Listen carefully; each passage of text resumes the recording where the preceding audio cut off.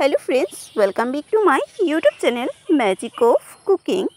तो फ्रेंड्स आबारो चले एसेছি আপনাদের সামনে নতুন আরও একটি রেসিপির সাথে। আর আজকের রেসিপি হচ্ছে লাল ডাঁটার রেসিপি। আজকে লাল ডাঁটার একদম সিম্পল একটা রেসিপি আপনাদের সাথে শেয়ার করব। পুরোপুরি নিরামিষ একটা রেসিপি। তো এই লাল ডাঁটার রেসিপিটা আমি কিভাবে করছি আর কি কি উপকরণ লাগছে রেসিপিটা করার জন্য সেই সব কিছু আমরা দেখে নেব। एकदम घरोया पद्धति करब और एकदम कम तेल मशलार ये रेसिपिटा होबे एकदम कम उपकरण दिए करब। तो चलुन आमरा एबारे देखे नेब रेसिपिटा। तो लाल डाटार ये रेसिपि करार जोन्नो एखाने देखुन आमी डाटागुलोके लाल डाटागुलोके केटे निয়েছি एरकम लम्बा लम्बा करे केटे आमी भालो करे धुए निয়েছি। तो एक पात्रेर मध्य आमी निये निয়েছি लाल डाटागुलो धुए एकटु भिजिए रेखेছি। और ये रेसिपिटा करते आमादेर लागছে आलू। तो एखाने आमी देखुन आलू निये निয়েছি आलूगुलोके ठीक लाल डाटार मतो लम्बा लम्बा करे केटे धुए निয়েছি। तो उपकरणेर मध्य एमन कोनो उपकरण लागছে ना, मेन এই দুটো উপকরণই হচ্ছে এই রান্নার। এবারে আমরা রান্নাটা শুরু করব। সবার প্রথমে একটা কড়াই বসিয়ে কড়াইটাকে ভালো করে গরম করে নেব।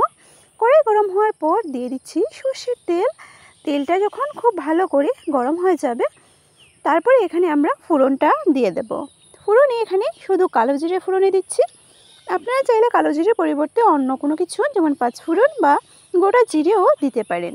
তো কালো জিরেটা যখন হালকা ভাজা হয়ে যাবে তারপরে এখানে আমরা দিয়ে দেব কেটে রাখা আলুগুলো। এবারে আলুটাকে ভেজে নেব।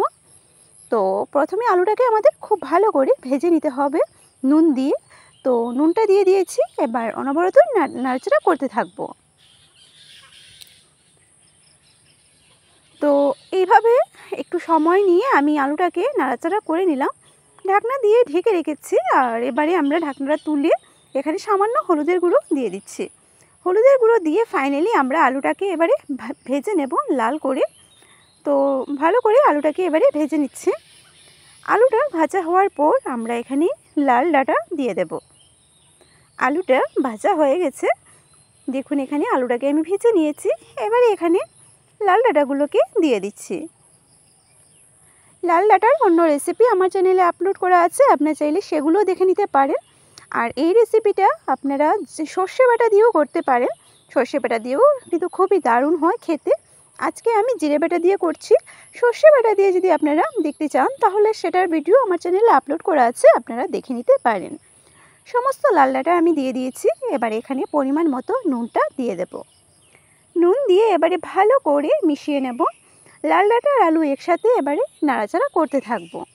যারা প্রথমবারের মতো আমার আজকের এই ভিডিওটি দেখছেন, আমার চ্যানেলটি ভিজিট করছেন, তারা প্লিজ ভিডিওটি শেষ পর্যন্ত দেখবেন। ভালো লাগলে লাইক শেয়ার সাবস্ক্রাইব করে পাশে থাকবেন।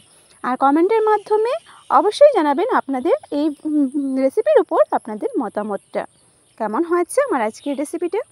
তো খুব ভালো করে আমি নাড়াচাড়া করে ঢেকে রেখেছিলাম। আর ঢাকনা দিয়ে রাখাতে দেখুন ডাঁটাগুলো কিন্তু অনেকটাই নরম হয়ে গেছে। দেখেই বোঝা যাচ্ছে লাল ডাঁটাগুলো যে কতটা নরম হয়ে গেছে। ডাঁটা থেকে কিন্তু হালকা হালকা জলও বের হয়েছে। এবারে এখানে আমরা ঝালের জন্য বেশ কয়েকটা কাঁচা লঙ্কা দিয়ে দেব। কাঁচা পাকা লঙ্কা এখানে আমি বেশ কয়েকটা দিয়ে দিয়েছি। আর দিয়ে দিচ্ছি হলুদের গুঁড়ো, দিয়ে দেব লঙ্কা গুঁড়ো। অবশ্যই ঝালটা আপনারা আপনাদের টেস্ট অনুযায়ী কিন্তু বাড়িয়ে কমিয়ে নেবেন। দিয়ে দিচ্ছি জিরে বাটা। তো এখানে সব মশলা আমার দেওয়া হয়ে গেছে। এবারে এখানে জল দিয়ে মশলাটাকে কষিয়ে নেব। অল্প জল দিয়ে দিচ্ছি। এবারে মশলাটাকে আলু আর লাল ডাঁটার সাথে ভালো করে কষিয়ে নেব। গ্যাসের আঁচটাকে এবারে লো টু মিডিয়াম আঁচে রেখে আমি মশলাটাকে কষিয়ে নিচ্ছি। সাথে থাকুন আর ভিডিওটি শেষ পর্যন্ত দেখতে থাকুন, আশা করি ভালো লাগবে।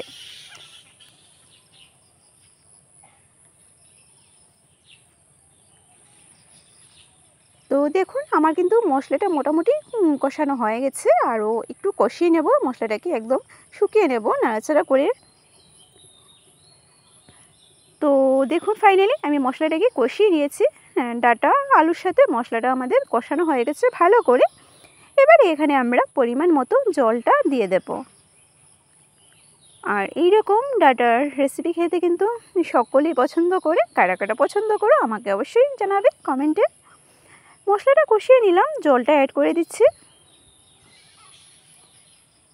তো এবারে আমরা ভালো করে মিশিয়ে নেব। আর মিশিয়ে এটাকে রান্না করব। ঢাকনা দিয়ে ঢেকে রাখবো 5 থেকে 6 মিনিটের মতো, যাতে ডাটাগুলো খুব ভালো করে নরম হয়ে যায়। তো এবারে আমরা 5 থেকে 6 মিনিটের মতো এটাকে রান্না করছি ঢাকনা দিয়ে, তারপরে ফিরে আসছি।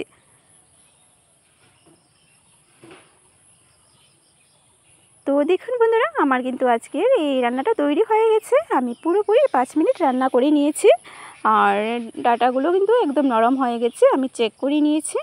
আর দেখতেই পাচ্ছেন আপনারা ঝোলের পরিমাণটা, এটা নামানোর পর আরও বেশি ঘন হয়ে যাবে। তো এই অবস্থায় কিন্তু আমি এটাকে নামিয়ে নেব। পাশ থেকে আমি আপনাদেরকে দেখিয়ে দিচ্ছি। দেখুন, তৈরি হয়ে গেল আমার আজকের রেসিপি। আমি একটা পাত্রের মধ্যে নিয়ে নিলাম। তো কেমন হয়েছে আমার আজকের এই লাল ডাটার রেসিপিটা? তো আমার আজকের এই ডাটার রেসিপিটা যদি আপনাদের ভালো লেগে থাকে, তাহলে লাইক করবেন, শেয়ার করবেন, সাবস্ক্রাইব করে পাশে বেল আইকনটিতে ক্লিক করে দেবেন, যাতে আমার চ্যানেলে আপলোড করা ভিডিওগুলো সবার আগে আপনাদের কাছে পৌঁছে যেতে পারে। সিম্পল লাল ডাটার এই জিরে বাটা দিয়ে করা রেসিপিটা কেমন হয়েছে কমেন্টের মাধ্যমে অবশ্যই জানাবেন। আবারও চলে আসবো আপনাদের সামনে এই রকম নতুন নতুন রেসিপির সাথে। সবাই ভালো থাকবেন, সুস্থ থাকবেন। Tata, bye bye.